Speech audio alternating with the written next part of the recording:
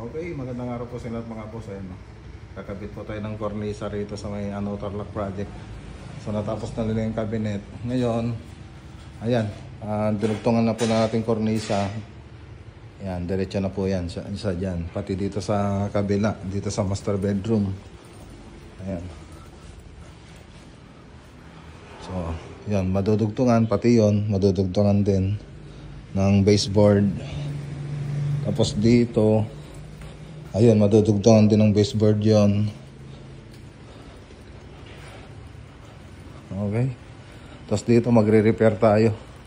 Dito, tsaka dito. Ayan, oh. Nabasa ng tubig kasi may yung tagas yung roof deck na ito sa may garahe. So ito lang naman yung yun ang kagandahan naman niya rito. Itong mga nakasiparate, may group kasi yan mga boss eh. So mga tatlo, 1, 2, 3, mga tatlong yan, parang panel niya yung papalitan natin dyan. Tapos pipinturan ulit natin.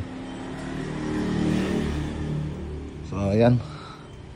So abangan nyo na lang po ito. So mayroon pa po tayong ibang gagawin dito. Alright.